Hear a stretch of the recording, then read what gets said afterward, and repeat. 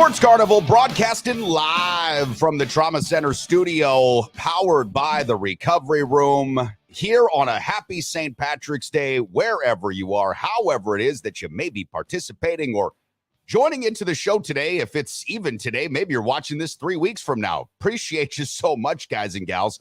We have got a lot of fun coming up here this morning on the Sports Carnival. Matt is with me from the Recov as usual, sitting behind me here.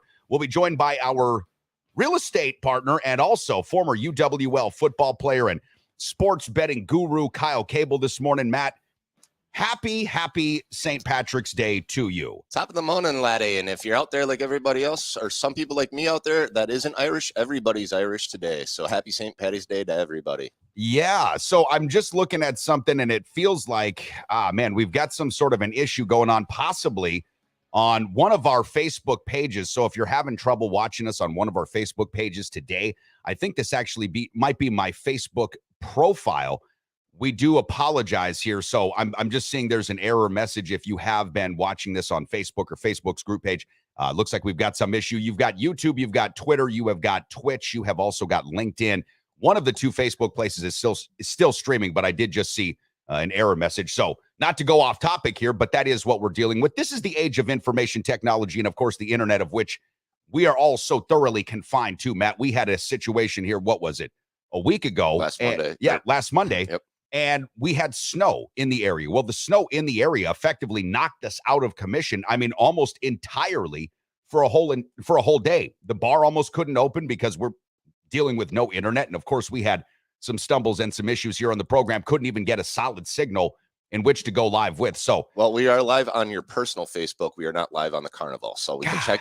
We are on your personal Facebook, my friend. That is really interesting. All right. Well, we'll see if we can't figure out if there is something going on here, and maybe if there's something that I can do during the time in which we're actually live here, then we will fix that. But if you are, watching us on the personal Facebook page, awesome. Again, we have YouTube, we have Twitter, we have Twitch, we have LinkedIn, lots of different ways in which to watch the program. And of course, if you want to pick this bad boy up after we're done with the program, available everywhere that you get your podcast from. I prefer to listen on Pandora because, well, that's what's on my phone. Spotify, a lot of people love. What's your favorite podcast platform? My favorite platform is, if I'm not listening to us, which I listen to just to make sure I don't screw up or I have to, correct myself and try to get better every day. But I listen to the Dan Lebitard Stugotz, and that's usually on Apple or on Spotify. I love everything on Spotify when it comes up. But Spotify has a lot of issues with us where it doesn't load at the same time when you think it would too. So there's a delay on a lot of things as well. So interesting. Information technology, like you said, my friend. Yeah, information technology, internet, all together, all combined. Well, guys and gals, all that aside, and getting to what we're going to be focusing a majority of the program on this morning, the March Madness is absolutely mad. The March Madness, and this is the reason they call it March Madness, the March Madness is so real because of the unexpected. Now, we can generally look at a field of 64, 68 teams, depending on how you want to say it, and predict, at least to a relatively high degree, that some of the top teams are going to be in the Final Four, the Sweet 16, the Elite Eight, because that's just how historically it's worked out. Number one seeds traditionally find their way in to some sort of Sweet 16, Elite Eight, Final Four. You've got a lot of teams that will look like they're going to be good, and they are. But you've always got these wild occasions in which some team like Furnham, or as we saw yesterday, Princeton versus Arizona, last year St. Peter's, there are these teams each and every year, Matt, that absolutely bust our brackets. I mean, absolutely bust our brackets. I'm going to give you a live look in at my NCAA bracket. Perhaps this is your NCAA bracket too. Busted as shit. I had Arizona winning the national championship. And you're not alone on that one, my friend. That's for sure. A lot of people, a lot of people at Arizona are in the Final Four at least. So a lot of people got their brackets busted yesterday for sure. Man, it's just so wild. It's so wild. And this is what is so much fun about March Madness basketball and the relative unknown of a one and done situation. I think this is why the NBA's play-in tournament became so instantly popular with fans, because of that added excitement. This is why the NFL playoffs are so absolutely must-watch television, because it's one game, one play, and you're out. Your whole season can be wrapped up in just a second. It can be gone. So we love March Madness, and I tell you what, we love it at the Recovery Room. Yesterday, we saw our friend Jason Breacher checking in this morning. and saying, good morning, fellas. I don't know what got the full cart now, got the full court press now. That's what you got. Good morning, fellas. Happy birthday, Happy Breacher. birthday, Jason. Happy fucking birthday, Jason Breacher. I see we've got Joe. Morning, Joe, checking in here from Helping Hands Landscaping. He says he's watching us on OnlyFans. That's awesome. That's neat. Yep. I forgot I set that thing up for us, Matt. I didn't even know that was one of the options. So I'm happy. It means we're getting there. We're getting more viewers and more fans and everybody every day. So it's more options for everybody to catch us and watch the show. The OnlyFans came about after last week. You gave me one of the sweetest compliments ever. Oh yeah, that's that all I had about the best mouth skills. Yep. And after you mentioned to our audience members, I completely left this unprompted, that you came on my couch and then I had great mouth skills. I thought, well, fuck this. We've got money that's just sitting out there on the table. It's on OnlyFans. I tell you what, bro, if it weren't for you and a couple of other people that I like and I wouldn't want to embarrass, I might actually do something like that. I could see you doing that. Well, what I was saying with this is you want to end up going viral on TikTok or something. So maybe OnlyFans is the way that we go. We're going to Vegas. We never know what'll happen out there, my friend. I think those dirty Chinese communists have something on me with that TikTok shit because they don't want me to succeed. Well, it looks like they're going to ban TikTok here pretty soon too anyway. So, good. It's one less fucking thing to worry about. Let me tell you what, I'm not upset about that. That's for sure. I see Morning Wood popping up today. Morning Wood, hope to see you this morning/afternoon at the Recov. We open our doors at 11. It's going to be a huge day. St. Patrick's Day, by the way. Happy St. Patrick's Day. March Madness basketball.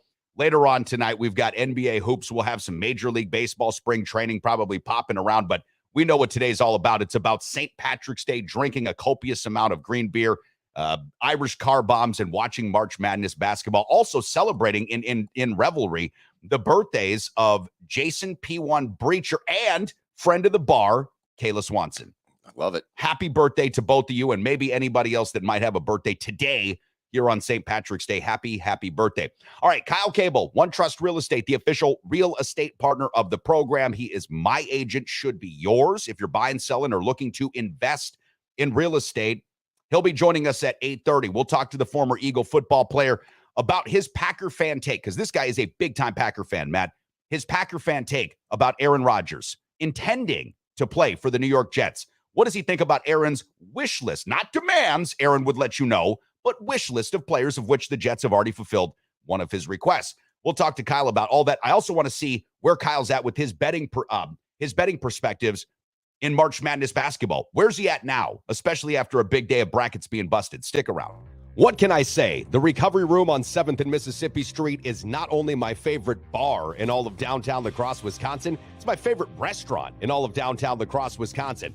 Breakfast served 8 to noon, Saturday and Sundays, daily specials, incredible cocktails, and the best damn wait staff in the entire city. My buddy Matt knows how to treat you right, and that's why when you go to the Recovery Room on 7th and Mississippi, you're always going to have a great time and a great meal with a great cocktail. So if you haven't been in a while, or perhaps you're just regular and you want to stop in again, make it a thing. I'm there every single week. How about you?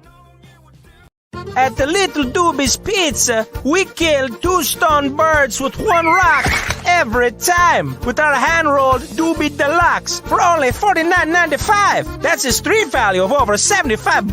No way! The Doobie Deluxe is a hand-rolled 18-inch pizza that will blow your bone-resonant mind. Whoa! Topped with a sausage, black olives, extra cheese, and about a half ounce of the finest kush at east side of San Bernardino. Dude, give me another slice. Because at Little Doobie's Pizza, we put a little TLC in our THC. And right now, for a limited time only, get an order of crazy cannabis bread for only $10 with an order of a Doobie Deluxe at the street value of over $22.50. You know what we said at the Little Doobie's Pizza? Why get stoned then eat when you can do both at the same time? Doobies.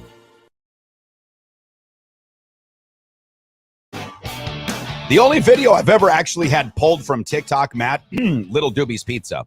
Blows my mind, to be honest with you. Yeah, apparently Little Doobie's Pizza. It'll blow your bong resin mind. It blew TikTok's mind.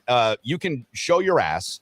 You can have all these fucking crazy videos up there, but the Chinese Communist Party, which owns TikTok, doesn't want to see anything having to do with Stack's Family Farms, high quality CBD and hemp products. That's just not gummies. something. Makes me want to do some gummies just to piss off the Chinese government. Man, I got into a little tussle last night with a friend of ours. He kept making me want to eat gummies every time I said Aaron Rodgers' name. And I said, no, We're not playing that game right now. I can't do that. I've got work, God damn it.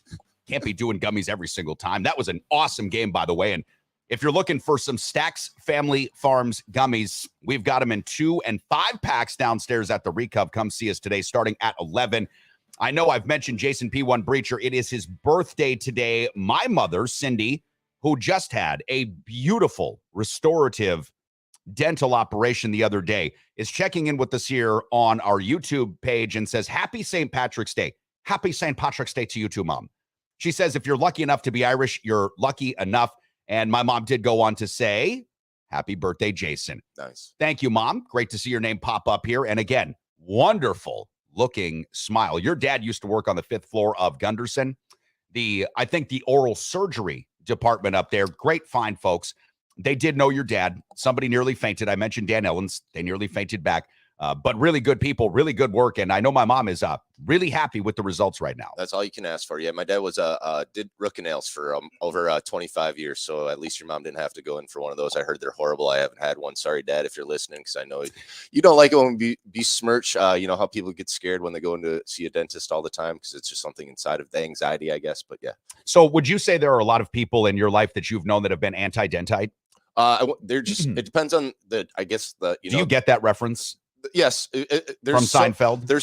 I don't. I never, Seinfeld wasn't my shit, man. There's a whole episode about anti-dentites and about the dentists coming here thousands of years ago. What are you going to say, Jerry? Pretty soon they're going to have their own school. You want to exclude them? He's like, they do have their own school. You got me there, man. I'm not a Seinfeld guy. I can't believe this. People, help me shout this man down. What are we doing here? It's one of the most famous episodes of all time.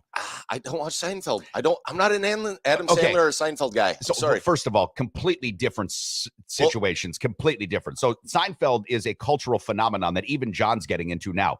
Bryan Cranston was the dentist that was the one that called Jerry the anti-dentite. It's a fantastic episode. You're missing out. I guess when you think of dentists, I go back to what was it, Marathon Man, and then Little Shop of Horrors. So those are the whole 9 yards. Those are the ones that scare the shit out of me. Come on, the whole 9 yards. We all know that was the best movie about dentists. The best movie about dentists ever. The whole 9 yards. Matthew Perry. It's a good movie. Bruce Willis. Bruce Willis. Amanda Peet. Yes, Amanda Peet. Yes, and it really delves into this, which maybe your dad Dan could help with us at some point. Why do dentists have such a high suicide rate? Like, what about dentists and being a dentist? Is it the pain that you inflict on other people, the fear that people have of dentistry in general? Because dentists have one of the highest suicide rates of any profession. It's true. Interesting. I would go and visit my dad after certain days and try to, learn what my dad would do as a kid. And I would sit there in the office afterwards and I would listen to him do his dictation, how he would have to talk about how everything go through, and just the stress. And you could see how it is because he's trying to do the right thing and try to be the best person possible for his patient at that time. Now, unfortunately, there are a lot of dentists out there that I don't think had the tableside manner or the skills that my dad or my aunt has up there on the 5th floor. It is a scary thing for a lot of people to go and visit a dentist or a doctor in general. You brought that up a little earlier today. You've had some bad experiences just with your knees and other things. So going to the hospital. Dentist is easy for me, though. Really? Okay. Yeah. So dentist easy, surgeon not so easy. I'll trust a dentist any day, right? You've got a dentist, likelihood they kill you, not high. Likelihood they hurt you, possible, but not dead. Yep. Not dead. All right. Well, listen, I like the tableside manner. That's something I hadn't heard of before. I've heard of bedside manner, but never tableside manner. It does make more sense when we're talking about dentists, though, right? Yep. Exactly. All right. So back to what we were talking about, which is happy fucking birthday, Breacher. St. Patrick's Day, March Madness, brackets completely busted. I do have a poll question. May I get to this? I think you fine. Should. All right. So I don't know how your bracket's looking, but I'm asking you. After a wild first day of March Madness, how is your bracket looking? The two ways that you can answer this morning are as followed. Completely busted, like me, and 50% of respondents on our Twitter feed at the Sports Carney, or still have my final four. Again, 50-50 split on Twitter, 60-40 on our Facebook group page, which actually still have my final four is 60%. Where are you at? Where's your bracket at? I tried to fill out a bracket. Unfortunately, it didn't happen yesterday. I got as far as the Purdue game and Duke and Oral Roberts, and I lost that game. And me and Coach Schmidt were very wrong on that, brother. I know you listened to us on the online bracket, and I'm sorry for that one. But yeah, Arizona and the other games kind of fucked up everybody else's bracket. Dude, I had Arizona winning the national championship. It's just the way that my bracket worked out. I had them winning the national championship over number 1 seed Kansas. Of course, that won't be the case now because Princeton did beat Arizona. I can't believe I'm saying that, but Princeton beat Arizona. Furman beat Virginia. The madness of March has definitely begun. And I see that Mike Byers is checking in. He was texting me back and forth a little bit yesterday, too, about some of these games and says, I missed yesterday on the road with not much coverage, so I didn't get a chance to chime in until now on the morning after AR-12's much anticipated announcement. So I'll say it here and now. Let's go on with Mike. You heard it here first a week ago. Rodgers would not announce then, but not until this midweek. The best predictor of future action, past actions. That's how I knew he wouldn't announce that soon. Yeah, I think that the idea that Rodgers was going to announce anything last week, Mike, I know we're getting off topic, but I want to give this a second, was a little bit premature to me. Joe DeGuano was all about it and said he would make an announcement by Friday. I was with you, though. I didn't really get it. I didn't really get it. So appreciate you checking in. I know, Mike, you had some takes on college basketball, too, so I just thought maybe I would pop those up. But look, college basketball, it's wild. It's one of those things that you never exactly know how to hedge, how to anticipate. I saw this morning out of the 20 million brackets that were filled out on ESPN, exactly 638 were still remaining with perfect brackets. And it's not very many, obviously. 638 out of 20 million. It's crazy that there's still, in my opinion, I can't believe that somebody's crazy enough that they got those right. You look at what Alabama did without the kid Miller playing very much yesterday, so they opened the path to go forward in the tournament. It's going to be a great weekend. We have the second day today. We have, look, I'm going to throw this out. Central plays today as well. So we're that's right. WWIA basketball. So Central plays call. this afternoon. They play 20 minutes after the 1:35 game ends, so we get to root for Central. And I believe West Salem won yesterday, so there's some local stuff going on for basketball today as well. Well, congratulations to Central, the Riverhawks. I've seen them once this season against Logan in person at Central's gym, and Coach Fergit is somebody who I've had on previous programs a lot. We'd like to get him on now, but he's actually a teacher, so he's got class, right? He's like in class right now. But I used to bring him on in the 6 o'clock hour when I did the radio show. Great guy, good friend of the show. I know a lot of people at Central that do watch and do follow us on our social feeds. So good luck, guys. And I really like the look of this team. I was talking about Central the other day with some guys at the bar, as a matter of fact, and thinking about how far they have come so far this season with the lack of any superstar. Like there's no Johnny, there's no Jordan Davis, there's no Kobe King, there's no Bailey Cale. They have done this from a really holistic team approach. So congrats to all those guys. Jeff Schneider Tax and Accounting, asked this question, and I think this is kind of silly because I think about it too. I fill out these things fucking every year, Jeff, and it means less than nothing after about 24 hours. Jeff asks, I don't even know why I fill out these fucking brackets anymore. I feel you, man. It's so crazy because, and I think now more than ever, these become tougher to sort of fill out, these brackets, because we don't have traditional powers in college basketball like we used to. Yep. We really don't. Even Kentucky today, I've got them losing to Providence. I've got Kentucky getting upset by Providence today because I just don't trust Kentucky anymore. I think Oscar Tshiebwe is a very good player, but Kentucky seems to be one of these teams that's getting knocked out in the first, second round, like consistently. Even Duke, and I did stupidly take Oral Roberts because you were talking about him and everybody was talking about him. Schmidt was talking about him, and I had 3 people that I knew the other day in oral surgery, so I figured this is a sign. Yep. No, Oral Roberts got absolutely rolled, and Duke looks great. That actually might be a team, now that we peel back the layers, that actually might be a team that could just walk into the national championship because they got a 5 seed in this thing, bro. They got a 5 seed, which means they're going to be hitting a lot of different teams in some really interesting spots. And I'm trying to see, like, I'll look at their bracket. What I was going to say, here. My bracket, I was going to fill up my bracket according to Jay Billis on ESPN. That was going to be the fastest, easiest way for me to go with me filling out my bracket. And Jay Billis, he wasn't right either. And he knows more basketball, NC basketball, than anybody else. Because yesterday, like, you show up with that graphic. Speak for yourself. It blew up like Chernobyl yesterday, I guess is what I was going to try to say. Yeah, this is a live look in at my bracket. Not sure how busted yours is, but I'd sure love to get your answer on that. Go to our Twitter feed at the Sports Carney Facebook group page, which unfortunately isn't streaming our show this morning, but does have our poll question up there. How's your bracket looking after a really wild day of March Madness basketball? I do want to transition a bit here because we're going to talk to Kyle Koelbl, One Trust Real Estate, coming up at 8:30. So a lot more Packer talk. We want to get his thoughts as a Packer fan on Rodgers and what it means for Rodgers to leave. At least he's intended to leave for the Jets. What that means for him as he looks forward to next year as a Packer fan. He'll be joining us at 8:30. This is the other thing that I wanted to mention this morning, because this really upset my apple cart last night. ESPN 105.5 has me on every Thursday. We try to get on between 4 and 5 o'clock with John Papadopoulos on the Sports Lead, and I give you a weekly play. And on my weekly plays, I've been hitting over 65% consistently for years, and that hasn't changed much because we've been hitting some really good numbers this year. Player props and XFL bets, college basketball, NBA basketball, NFL football. We've been doing pretty good. If you've been missing the segment, 4 to 5 o'clock, it's somewhere in that time, every Thursday on ESPN 105.5. Again, the Sports Lead with John Papadopoulos. Well, yesterday afternoon, Matt, I get off work at the bar, come upstairs, get myself prepped up. I had this in my mind's eye. We talked about it a bit ourselves. This was a play I was going to make. I actually made this play yesterday morning on BetUS.com. So the Houston Roughnecks have been absolutely roughing up competition. They were 4-0 coming into last night's game versus Jason Breacher's Seattle Sea Dragons. I told the guys on ESPN the same thing I told you. Don't look at this like it's the fucking Seahawks. This isn't the 12. This is Wade Phillips, a really experienced NFL head coach, going to Seattle to pound on Ben DiNucci. Well, not so fast. Ben DiNucci did throw, 3 picks last night? 3 picks, yep. But the Seattle Sea Dragons upset the Houston Roughnecks 21-14. Houston was a 3.5-point favorite. They had covered every single spread this season. Last week, I took Houston minus 8.5 on the road against Orlando. Now, Orlando's not a good team, but an 8.5-point spread on the road is still a lot. They beat them 44-16.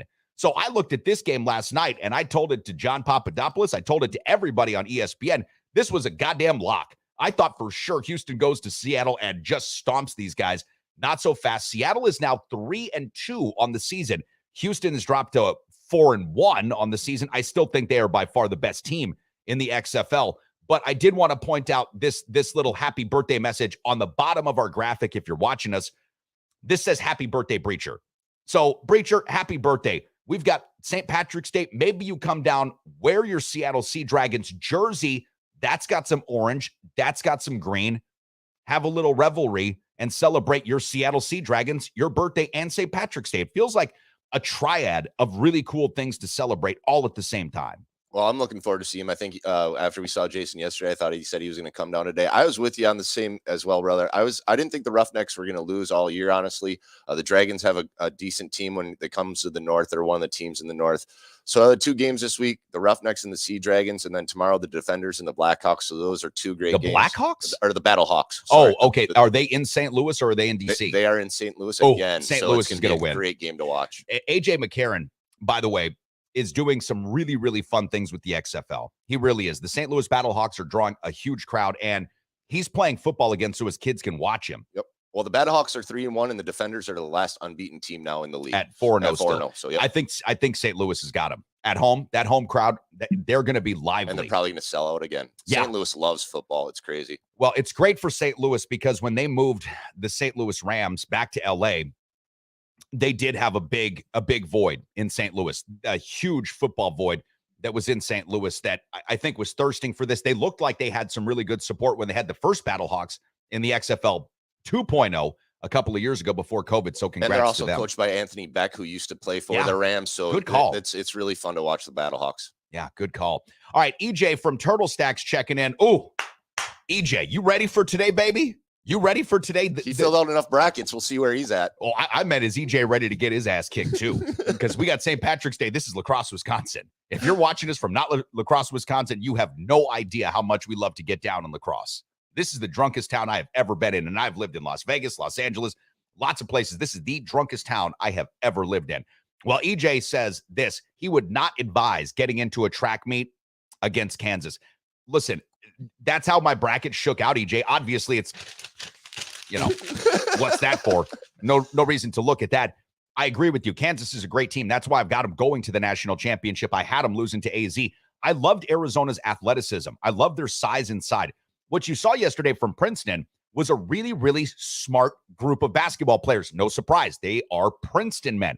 What you also saw is something that I've talked about over the years, and I don't think it really gets enough.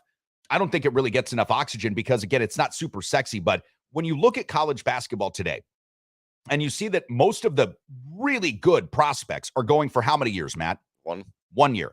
Okay. Then you look at teams like the mid-majors, and in this particular case, an Ivy League team in Princeton. You don't have one and done guys. No, they play for 4 years. They have 4-year college men that play. And sometimes these college men go for their graduate degrees. Well, even with COVID, they might be playing 5 or 6 years. Indeed. Yeah. Okay, so you've got these kinds of players. Well, there is a huge, not a little, but a huge difference between a 22 or a 23-year-old man and a 17-year-old boy. That is a huge difference. As talented as the 17-year-old boy might be, if you've got a 22, 23-year-old college man, you've got a problem because that strength difference is real. This is why the NFL has always held fast, and Maurice Clarett couldn't get anybody to change this. Nobody can.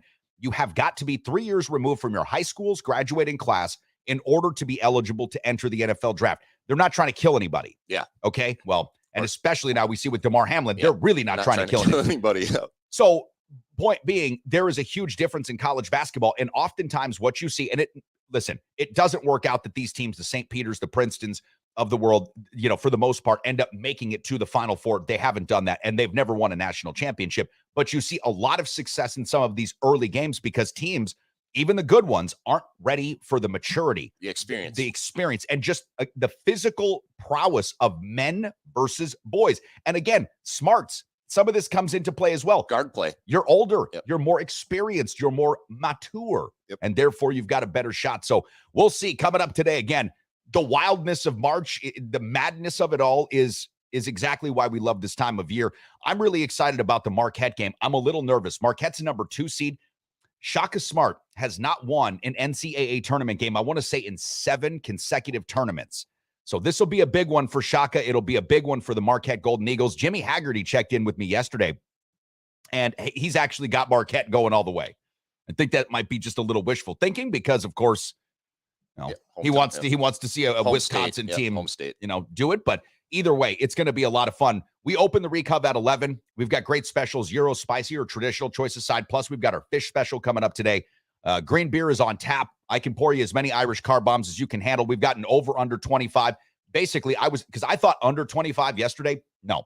Everybody we talked to said it will be way over 25. Boys have been working on corned beef and cabbage all the last 2 days too. Right. So we're blowing up the St. Patty's Day today, y'all. Oh, it's going to be so awesome. I had a small sliver of that corned beef last night. I forgot. It was so good. Yep.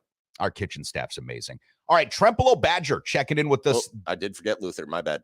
Okay, Trempolo Badger getting us back on track here. You mentioned earlier some of the WIAA playoff basketball that we also have going on right now, some of that March Madness. Trempolo Badger says, don't sleep on Anna Luther. They're in the final as well. 2 Cooley conference teams, pretty impressive. Majorly impressive, man. Majorly impressive. And West Salem put 93 down yesterday. So those boys can score. Yep. So, it's a lot of stuff going down in the area, Cooley region. So it's great. Yeah, it really is. Rob Dog, he's a big local sports guy. The Rob Dog Sports Brief, by the way, pretty much dedicated to local sports on Instagram, says West Salem did win yesterday. Luther won yesterday and hit 70% of their shots. Royal plays in the D5 slot this morning. And of course, the Red Raiders play today in D2. I didn't realize that Royal was still in it. That's great also. Yep. That's another team. A lot of stuff going on. Yep. You betcha. A lot of local within, a half an hour or 45 minutes of lacrosse. There's a lot of stuff going on local. So, great. Absolutely. Yep. Absolutely. I see EJ checking back in here this morning and says this. We're talking college basketball. Of course, the madness of March is already maddened me because I had Arizona winning the national championship, and that's not going to happen. So my bracket's completely busted. How about yours? EJ says it's a weird year. Lots of 6-year COVID seniors. Exactly. On the smaller league teams playing against 18, 19-year-olds on the Power 5 conference top teams. Yeah. Makes a difference. It makes a huge difference. But even more than that, guys, more than this just being about COVID, I started noticing this trend and drew back. You can actually draw back to when Kevin Garnett came out of high school. The scoring in the NBA dropped precipitously for about 17 years, didn't really begin to pick back up to the 1980s pace until 4 years ago. Okay. By virtue of statistics, I didn't know that. The Los Angeles Lakers scored more per possession than the Golden State Warriors did. And that was by shooting 2 3-pointers a game. Right. Okay. So the scoring in the 80s was incredible. And then when Kevin Garnett got in the league, scoring dipped for 17 consecutive years. A lot of this I had said, this was my supposition, had to do with the fact that college players weren't playing college basketball long enough and therefore weren't coming into the NBA ready to play NBA basketball. But the trend really over the last 10 to 15 years that I've noticed is this. The upsets of the first 2 rounds, especially, once you get past that, cream rises to the top. Okay, but in the first couple of rounds, I should say, to go to EJ's point, you have a lot of mid-major teams, a lot of smaller D1 teams that, because they are mid-major, smaller D1, they don't attract the kind of 4 or 5-star recruits that the others do. So they've got guys that play 2, 3, 4, 5, 6 years in certain cases, right? They're playing for the love of the game. Well, they're playing for the love of the game, and they're also just more mature physically. And when you have more mature physically, somebody against you, it's going to make it more difficult. And that's why I think you see a team like Princeton, as upsetting as it was to my bracket and probably to millions of people's brackets around the country. I saw the Arizona coach's interview after the game, and he didn't look entirely shocked because he talked about how well coached the team was at Princeton. He talked about how good the players were, which they are. I've watched, actually, this is interesting, I've watched like 1 or 2 Ivy League games this year. These guys are better than I thought they were. I mean, better than I remembered them being from the Princeton teams of like the early 1990s that would shock a 1 seed once every 50 years. Well, it goes back to what you were just saying. It's not the same. It's not the same double NCAA tournament was, 8 years ago. No, it's not. It's changing so fast nowadays. All right, guys and gals, we're going to step aside really quickly. When we come back, we're going to talk more Packers football with a super Packer fan, Kyle Koelbl, One Trust Real Estate, the official real estate partner of the program as well, and a former Eagle football player. What does he think about Aaron Rodgers? Potentially, I know he says he intends to, but potentially going to the Jets. Does this change any of the ways in which he feels about the Green Bay Packers or Rodgers himself? Stay tuned. We got a lot more ground to cover. Now more than ever, if you're looking to buy or sell your first home or perhaps an investment property, you need a full-time dedicated real estate agent who is up to date on all the latest trends and analysis and is ready to give you the kind of service that you deserve. That's why the official real estate agent and the official real estate partner of the Sports Carnival is Kyle Koelbl of One Trust Real Estate. Whether you're looking to buy or sell your first home, or perhaps you are a seasoned investor, call the official real estate agent partner of the Sports Carnival, Kyle Koelbl of One Trust Real Estate. Hey, it's time for koozies, hot tub, and jacuzzis in downtown La Crosse. Whether you're looking to relax after a hard day's work, or maybe you're up for a little soak and poke, we got you covered. That's right, when you're in the market for a hot tub or jacuzzi, all you have to do is call the Coos. 555-SOAK. That's 555-7625. Soak and poke is a slang term for hot tub sex. Please practice responsibly. Yeah, baby. Soak and poke is absolutely a slang term for hot tub sex. Kids, this is the kind of education that you can get on the Sports Carnival. We've also got Educator-in-Chief Kyle Koelbl, One Trust Real Estate, joining us this morning. I say Educator-in-Chief, Kyle, because while you might not consider yourself a teacher, an educator, that's actually a pretty big part of your job. You teach people, you educate them on market trends, not just in real estate, but actual financial market trends, which help you tie into the real estate market trends. I know that your dad is still employed with the University of Wisconsin-La Crosse. He's in the admissions department. Did you ever get a sense that you might be sort of a teacher, like your dad was sort of a teacher too, because he was a coach for UW's basketball team for 30 years?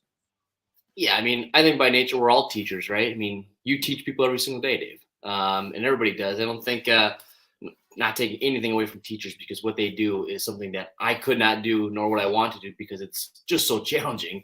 Yeah, I mean, by nature, being in real estate, people look to me as a resource, and I'm thankful for that. And I almost stress myself out every single day because I want to be a resource for those individuals. So when they ask me a question, I have the answer.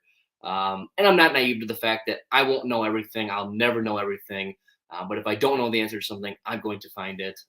And so, yeah, I mean, growing up, having a dad as a coach at, UWL for, I think he was there for 16 years.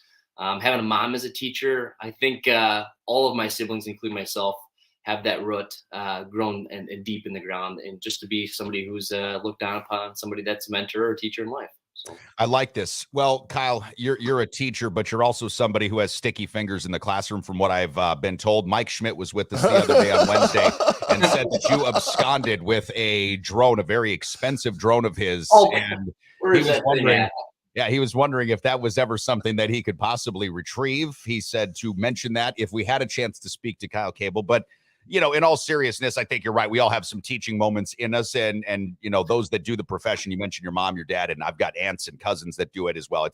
It's quite something. But I digress. I want to get your thoughts here, Kyle, as we as we dig into a weekend ahead full of March Madness basketball, we've got NBA basketball wrapping up the regular season. Of course, I talked about the XFL really shit the bed for me in my play of the week with John Papadopoulos on ESPN last night. But you're a Packer fan, and the NFL's offseason has actually taken away a lot of oxygen from even March Madness basketball because of how many people are watching and waiting with bated breath this Aaron Rodgers situation. Lamar Jackson, what's he going to do? Let me start with Rodgers. You're a super Packer fan. If, in fact, he goes to the Jets, which in all likelihood he will, that will be in all likelihood where he goes to play football. How does this make you feel as a Packer fan? Second part of the question is, how does this make you feel about Rodgers as a player? Well, first of all, I got a bone to pick with Mr. Mike Schmidt, so that will be off air. I will be giving him a call today because he knows he can come pick up that drone whenever he wants, but he needs to come and get it. I told him that. He needs to come and get it from me. I'll buy him a beer, whatever I got to do, but he can come grab it. Okay.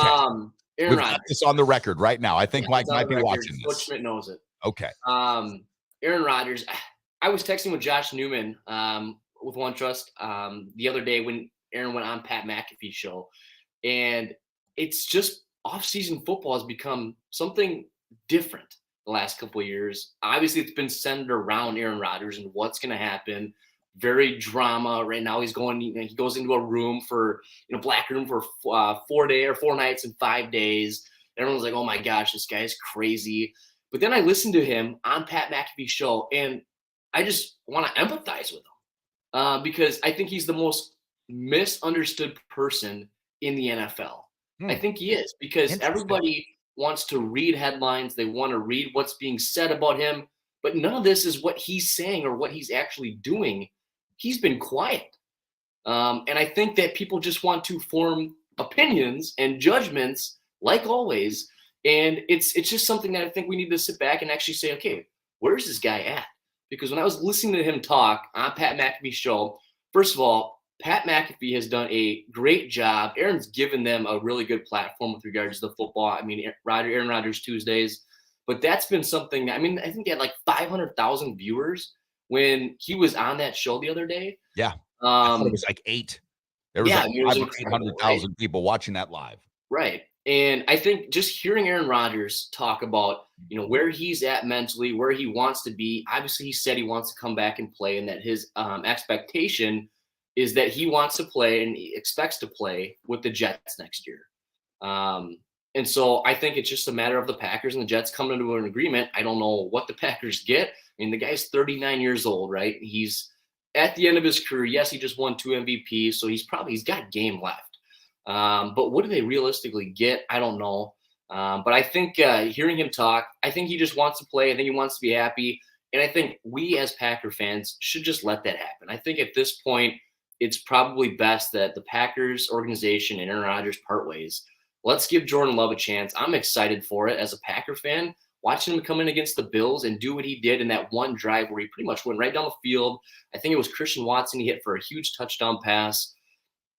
I'm excited. I hope it feels like we're rebuilding, right? Because you get Robert Tonyan now that's supposed to be signing a contract with the Bears. Yeah. Allen Lazard, who say what you want about Allen Lazard, maybe he's not a number one, but the guy is a utility player. He is, as Mike Schmidt or Coach Janis would say, he is a Swiss Army knife. He's a jack of all trades. He can do everything. And I think that people, because they look at his stats, they can't actually see on paper the difference he makes on the field. Allen Lazard deserves to get paid. Now, $11 million a year, I'm not sure. I wouldn't pay him if I was the Packers. I understand that. But he's gone. I know we do have Aaron Jones, but it just feels like they're kind of like, let's just see what happens. We're going to let some of these guys go, maybe improve our cap, maybe put some chips on the draft. We'll see what happens. But I'm excited for Aaron Rodgers. I think it's awesome. I actually had a phone call with my dad the other day, and we were just talking about how over the 15 years Aaron Rodgers was there. Yes, we could have won more Super Bowls. We won a Super Bowl. Go talk to a Vikings fan, see how they feel, right? Sure. We won a Super Bowl. We've been in the playoffs almost every year, and we've had a chance. And I think as a Packers fan, that's all you could ask for. I'm growing up. I'm 25 years old, but a lot of my memories of watching the Packers are centered around Aaron Rodgers. I mean, Hail Marys. Sitting in my parents' basement, I don't know what year this was, how old I was, but it was a 7 o'clock game. They were in Detroit playing the Lions, pretty much win or go home, and they had to win to get in the playoffs, just continue to win. And he throws a Hail Mary up. My dad and I are sitting on the couch. Everybody else is sleeping. And next thing you know, we are screaming at the top of our lungs at like 10 o'clock at night. Show me a sport or a player that can do that for you. I mean, those memories will be something I always remember. Oh, Kyle, I mean, listen, I sympathize as a Laker fan, guys. I mean, when I was growing up, I mean, the Lakers were in the championship every single year, basically for my first 10 years of my life. They won 5 of those. I've seen 10 NBA championships and 17 trips to the NBA finals. That's nearly half of my entire life covered with championship appearances, and 10 of them, so a quarter of my entire life winning championships. I get it. I think that's the expectation Packer fans have. And I agree with you that if you want to look at a perspective approach, that's the way that you look at it. This has been a competitive, fun team. They've beaten their division opponents. You mentioned the Lions. The Bears, those are the teams he has his highlights against. Detroit and Chicago, largely. There's a couple others, but not many. He's an incredible, Rodgers, regular season divisional quarterback who gives your team a good chance to be in the postseason every time. I think where I get a little frustrated with Packer fans, and I've been with you guys now as a fan myself, where I get a little frustrated is with the expectations. If you can have that appreciation, hey, this is a playoff team, we're a fun team, it's a fun team to watch, great. But if the expectation is that you're winning a championship, this has been an abject failure. And I don't know if it's Brian Gutekunst and Ted Thompson that are to blame, if it's the players themselves. I don't know where the beef is, to be specific, but if the expectation is to win every single year, well, then this has been an abject failure. If the expectation is to have a competitive, fun team that gives you an opportunity, like you've mentioned, to enjoy time with your family, which is really what it should be about, then you can't knock Rodgers. He's been a great Green Bay Packer quarterback. Well, they call it Title Town for a reason. I mean, that comes with expectation. You drive around Lombardi Ave and you see all of the Title Town banners everywhere. Yes, the expectation is that we're going to be competing for a Super Bowl every single year. And when you only win one in 15 years, where you get the guy that is talent-wise probably the best quarterback we have ever seen. I'm a Tom Brady fan, thinking, hey, he is the GOAT. That's GOAT. He is the greatest of all time because you look at the accolades. But talent-wise, Rodgers has been the best quarterback. I mean, his touchdown interception ratio, crazy. And he put us in a good position every year. It just didn't work out. So yes, I can see how everybody's like, oh, this was just a massive failure for 15 years. All right, let's pump the brakes on saying massive failure, but it was fun to watch. Well, Kyle, I'm gonna go with this, and I'm not gonna try to waste too much more oxygen on Aaron, because I know Dave might want to have some more questions for you. But I think going forward with this is obviously assuming that Aaron Rodgers goes to the Jets. It might be a great year for the Packers not to have any expectations for one of those things, because who knows how maybe the guys can come out and play and grow. In my opinion, we talked to Joe yesterday, they might be looking like the Bears are right now in a couple of years, where they're just rebuilding everything going forward. I'm wondering this with your fandom and your perspective because of playing college ball. Where do you think Aaron Rodgers and the Jets are a playoff team, a wild card, or are they not even going to make it? Because that AFC East and the entire AFC is going to be crazy. Yeah, that will be interesting. I think Rodgers is better set up this year to probably stay in Green Bay and have a chance to actually do something. I mean, you're going into an AFC that is loaded with talent. I mean, quarterback talent. You know, in the NFC, we got Justin Fields, who, say what you want, I mean, the kid can move. I mean, he's probably going to be a really good quarterback. Yeah, Kirk Cousins. Jalen Hurts. I mean, it's just Jalen Hurts is great. Yes, Jalen Hurts is great, but you don't have the Patrick Mahomes. You don't have the Allen. You don't have all of these guys, Lamar Jackson. I mean, there's just so many guys that are going to have their team in a good position every single week. And I think Aaron Rodgers is going to be up against it because he is going into a completely new program. He'll have Nathaniel Hackett there. And that's another thing too, is them people saying that the Jets brought in Nathaniel Hackett to lure Aaron Rodgers to the Jets is the most ridiculous statement ever. And Aaron said it. That's not a coincidence, Kyle. You can't say it's not a coincidence either. I wouldn't say it's not a coincidence, but I think it degrades Nathaniel Hackett as a coach and an offensive coordinator, he is a great offensive coordinator. Yes, you can say they were probably scheming, saying, let's try to get him to come here so we can get Rodgers. But I don't think that was a ploy. I think they said, we want a good OC. I don't think Nathaniel Hackett's a good head coach. I think he proved that this year. But I do think that he is a good offensive coordinator. And so I wanted to say that because I believe and I agree with Aaron Rodgers in that statement. But I think the Jets are contenders this year. I mean, they were good last year, and they had no quarterback. I mean, they couldn't figure out a quarterback situation. And now I'm seeing Zach Wilson on Twitter, I guess in January when the Jets were saying that they're trying to bring in a veteran head coach, that he's going to make this guy's life a living hell every week or every day at practice. Which listen, I tell you, Kyle, we brought this up yesterday between ourselves. I think that's a great mentality to have, though. If you're a young player and you're already getting benched, you have to have that approach, right? I mean, you have to have that approach like, hey, I might have already lost this job, but I've got to go out there and give this guy hell, whoever it is, every day in practice. Let me just, okay, couple of things that you've mentioned. Nathaniel Hackett, great offensive coordinator. I don't know that. Eric Bieniemy's got a lot more success than Nathaniel Hackett, and he can't get a job because he's not given any credit because Andy Reid's there, and they've got Patrick Mahomes. I don't know that Nathaniel Hackett's great. He had a couple of good seasons with Aaron Rodgers. Was Aaron Rodgers great or was Nathaniel Hackett great? I don't know. The other thing about this is with the Jets, and one of the reasons why I've just had such a hard time wrapping my mind around this whole scenario, Rodgers going to the Jets, not only is it quite an instance of does life imitate art or does art imitate life? Because this was exactly Brett Favre's situation. But what would the Jets have seen on tape this year at Lambeau Field when they smashed the Packers 27-10? Rodgers looked old, decrepit, out of touch, couldn't make any plays. And I realized the Jets defense is so good. The Packers had a top offensive line. What's the excuse? If this guy is so good that he's going to turn the Jets into an instant contender, well, where was he last year? They didn't make the postseason. That's why I don't know if the Packers can be any worse than they were this year. There's not, if they go 7-10, okay, that's what they were this year. Big deal with Aaron Rodgers. That's the part of it that I think that we're missing in the conversation. What about Aaron Rodgers right now says, well, obviously this guy's ready to take a team to a Super Bowl? Nothing. And Drew Brees at 40 fell off a cliff. There's been exactly one player that has done anything past 40 of note, Tom Brady. One. He is one of one.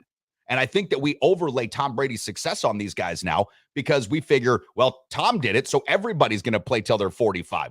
No, that's not the way this works. I watched Rodgers up close and personal week 2 against the Bears, a game that they won. He looked like shit. He was throwing the ball into the dirt. He looked old. I walked away from that game saying, man, glad the Packers won. These dudes look old. And that's where I think that Rodgers is at right now. Not that he still doesn't have a couple of throws left in him because all these guys do. Brett Favre could probably still make a 70-yard touchdown pass right now if he didn't get tackled, okay? I'm not saying that Rodgers can't do it, but when I watch that Jets game, I can't imagine what Robert Saleh saw in Aaron Rodgers that he's like, that's my dude.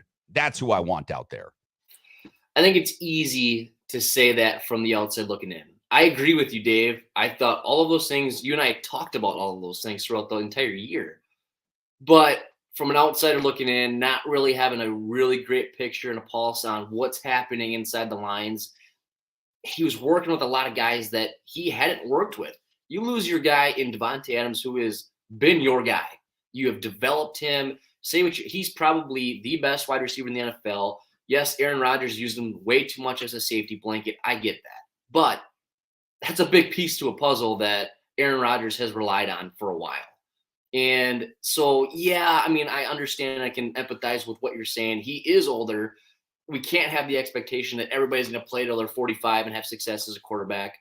But I think Aaron Rodgers is still pretty good and is pretty primed up to probably step into a role if it makes sense to have some good numbers and put a team in a winning position. Okay, so you said something else that I want to just bring into the convo. And again, not to beat this dead horse too much, but this is probably one of the hottest topics in the country because this is just what we're talking about. Okay, if all of that is true, which it is, Rodgers was working with new receivers. He lost Devontae Adams. How is going to a new team in a new city with new players who you've never played with before? You have absolutely zero connection with except for Alan Lazard. How does any of that diametrically change, right? Like, what about that is different?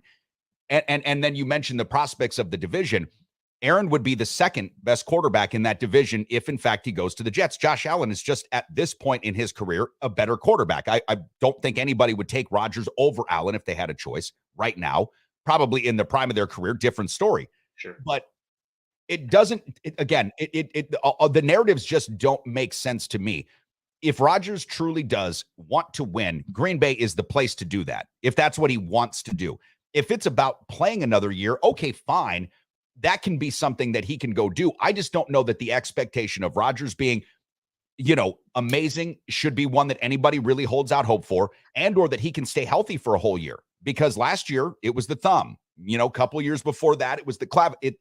We're starting to get to that point in his career, just like Brett Favre, where you begin to age out by virtue of scheme or by injury. You start to age out. Brett Favre looked amazing for the Jets in 8 games, and then he got his shoulder hurt. He missed the rest of the season. They missed the playoffs. So, off-season. You know what, Dave? I think what's crazy is we get to say whatever we want. We get to think whatever we want. But at the end of the day, none of it matters. And guess what? Everything we're saying is valid. And Aaron Rodgers, if he goes to the Jets, that dude's got something to prove.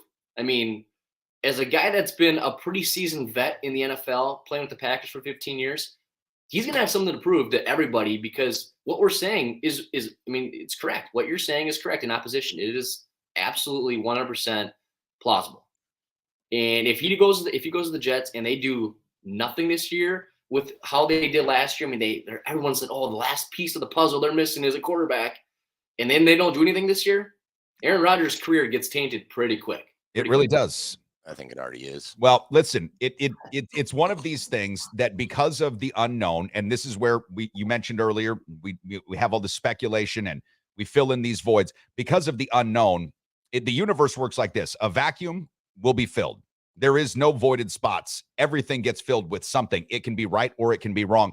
This is where I think Aaron does himself no big favors on that particular bent, because he tells Adam Schefter to get lost, lose his number, when he could clear it up right now and tell everybody exactly what it is. So in that particular case as well, I think, look, we're going to speculate about this until all of it's worked out. We're going to be, as Packer fans, as hopeful that the Packers get a huge package for Aaron Rodgers, seeing as how he was so great and meaningful for this team.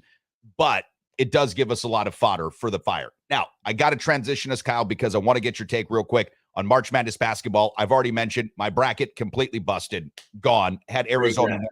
It's done. I'm over. Where are you at with your bracket, and do you have any tips? Are you planning to make any bets during this March Madness run? Is there any team that you're looking at, or do you have strategy plays that you're thinking about when you're making, if you are going to make wagers on this year's March Madness? Well, first of all, anybody who still has a perfect bracket, I'd like to know you, and I'd like to take you out to dinner, because I want to find out why you picked who you did and where your insight came from. Yeah. Because I'm pretty sure there's nobody with a perfect bracket. That upper region, wow. I mean, Arizona, Furman, Virginia. So what? That was the second game yesterday. Yeah, yes. Here's the thing, Dave. Every year, everybody, right? They fill up their bracket.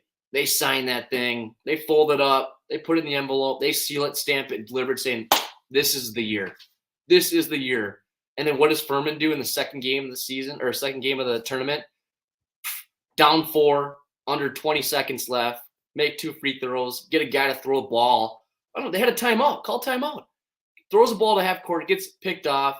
Guy passes it, 3-pointer, game over. 2 seconds left. Yeah, game over. Brackets busted. Virginia was an Elite 8 team for me. I know a lot of people that picked them to get to the Final Four, which I think is crazy. But I had them in the Elite 8. I liked where they were at. That didn't happen. And then what happens later? Arizona, who should be playing really well, coming off of, I think UCLA beat them in their tournament championship game, I believe. Arizona probably playing a little chip on their shoulder, saying, we lost the tournament challenge or the tournament. Let's get into the NCAA tournament here and make a little run. We're in a decent position as a 2 seed. And then they lose to Princeton. I'm not knocking Princeton. Great for Princeton. That's awesome. That's March Madness. But come on. I mean, who picked them other than Princeton fans? Nobody. So there's 2 games right there. I had Texas A&M playing with a huge chip on their shoulder from what happened last year with Buzz Williams, them not getting in the tournament. And now the NCAA selection committee pretty much give them a big FU, put them where they were at against a Penn State team who is riding high in March so far. And they give them Penn State, and then, oh, hey, if you win that game, you're going to go play Texas. Yeah, thanks.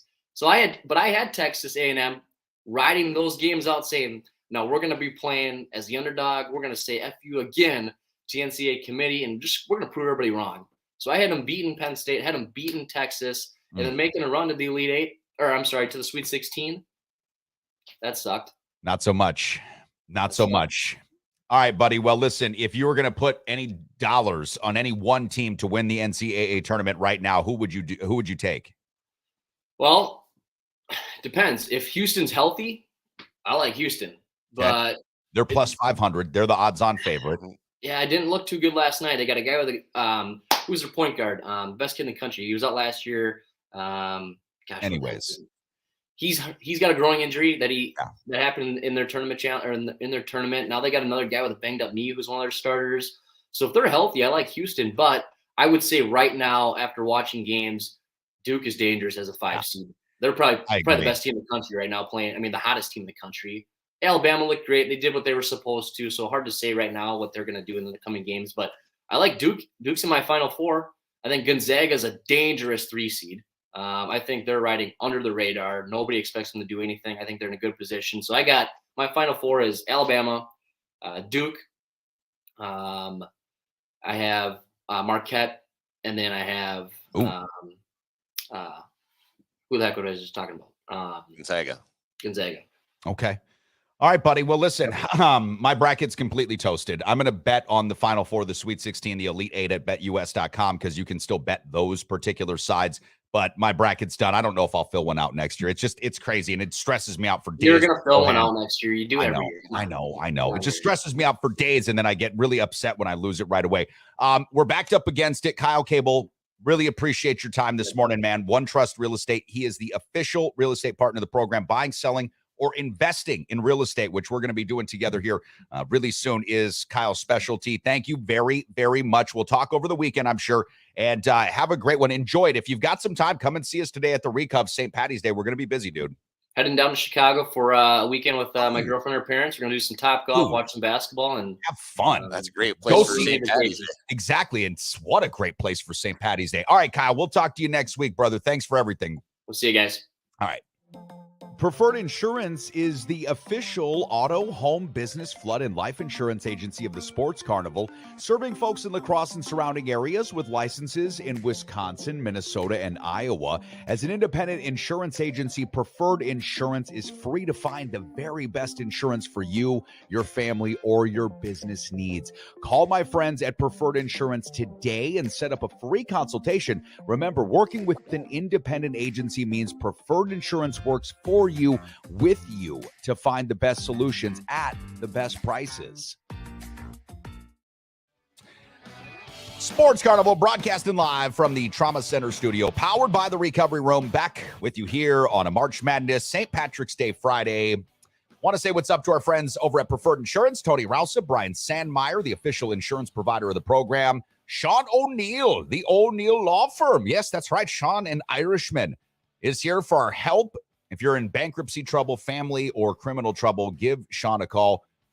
And, of course, Joe Sampson, Helping Hands Landscaping. Joe, his brother Matt, came over to the Recov yesterday, got themselves some lunch, a couple of bevies. I was going to say, Joe, you and your guys can put together like that OnlyFans calendar or something, help out, get some more, business. Dude, Joe's a good-looking dude. I wonder if he's got an OnlyFans account. That'd be kind of interesting. Anyways, come and see us at the Recov today, 11 o'clock start. We've got that corned beef and cabbage. We've got our fish. We've got the gyros. It's going to be a fun one. And again, slinging a lot of green beers, Maddie, and having a lot of fun using really bad Irish accents. You had something this morning that you wanted to bring up, and I thought this was just really fun. And if we have to roll into a little overtime, we're going to do so to make sure that we get there. You've got a little list for us, a list of your top 5 favorite Irish themed movies. Is that right? Irish themed movies are basically movies that are based on Irish the characters in the movies, I guess, would be the best. So the characters would be considered Irish? Irish, yes, that'd be the best way to go about it. They don't necessarily happen all in Ireland, I guess. They don't actually, not sure any of them. I was going to say, how many movies are filmed in Ireland? Well, probably not a great amount. My number 3, actually, So that one for sure out of my list was filmed in Ireland. Okay, well, we're going to have to see what this is like in overtime. Regulation time is up. What the hell is a flux capacitor? Engage overtime. Now. P.S. Soylent Green is people. PPS. Corporate processed food is Soylent Green.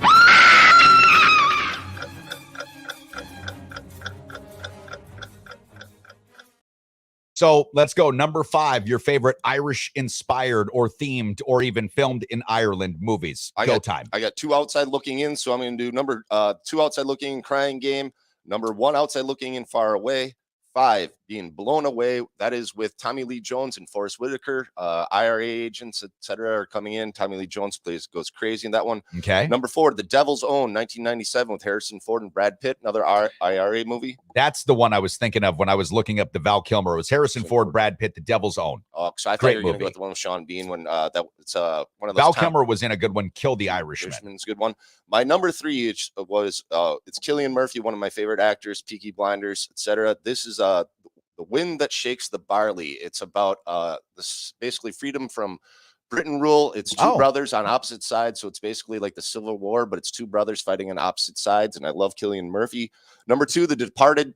Can't go wrong with The Departed. Love that flick. And number 1, obviously, with me would be Boondock Saints. Oh, what color was the cat? Obviously, what color was the cat? You bitch. I'll go with that. And for anybody that's coming in the bar today for St. Patty's Day, if you're out there listening, what first person to come in the bar that tells me the name of the cat in Boondock Saints, I'm buying your first round. Wow. See, why would that have been obvious? I missed that. You said obviously that would be your favorite. So that's one of the cult classic movies of all times with me and my friends going back to college. We can go with Charlie Bronson's fucking Rope. Okay. I Killed the Cat, You Bitch. Okay. And there's so many one-liners. Let's see.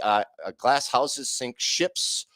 We can go for all and on the one-liners in that movie that I love. Number 2 is not that great, but number 1 was awesome. Well, number 2 was Departed, I thought. No, number 2, Boondock Saints, the second. God. No. Nobody counts that one. Willem Dafoe in Boondock Saints was fantastic. I remember seeing that movie for the first time. It was 1995 or something. And you have Sean Patrick, I can't remember, and then Norman Reedus is in it as well. So we brought up when you bring up Seinfeld, you brought up Bryan Cranston, so Norman Reedus. Rob Dog says, where does Braveheart land if I didn't miss it? Braveheart's not about Irish people. Different island altogether. Rob Dog, that's an interesting but an easy miss. A lot of people do not know that Scotland is actually on the island with Great Britain, and they just take a certain portion of the island, as opposed to Ireland, which is a separate island altogether, which a portion of that island is taken by Great Britain, which is what your Civil War movie was about. Okay. IRA all day, every day. Never mind. Thank you, Rob Dog. Appreciate you. And thanks to everybody for sticking around for a little overtime with us. Matt, as I mentioned, we've got a busy day coming up today. We open up at 11 o'clock for St. Patrick's Day. Yes, that's right. St. Patrick's Day today at the Recovery Room. Green beer on tap. We've got Guinness. We've got Irish car bombs. There's even the Ecto Cooler, which is from Eagle Park, a green sour beer. Very, very tasty. Swag from Jameson, our friends at Jameson. I think I'll be wearing something green on top of something else. I don't have a lot of green, but I'll wear something green for you. Matty, thank you for everything. It's going to be a great day. I hope you guys come and kick our ass because I want to get some tip money. Let's do this. Cheers, y'all. Peace.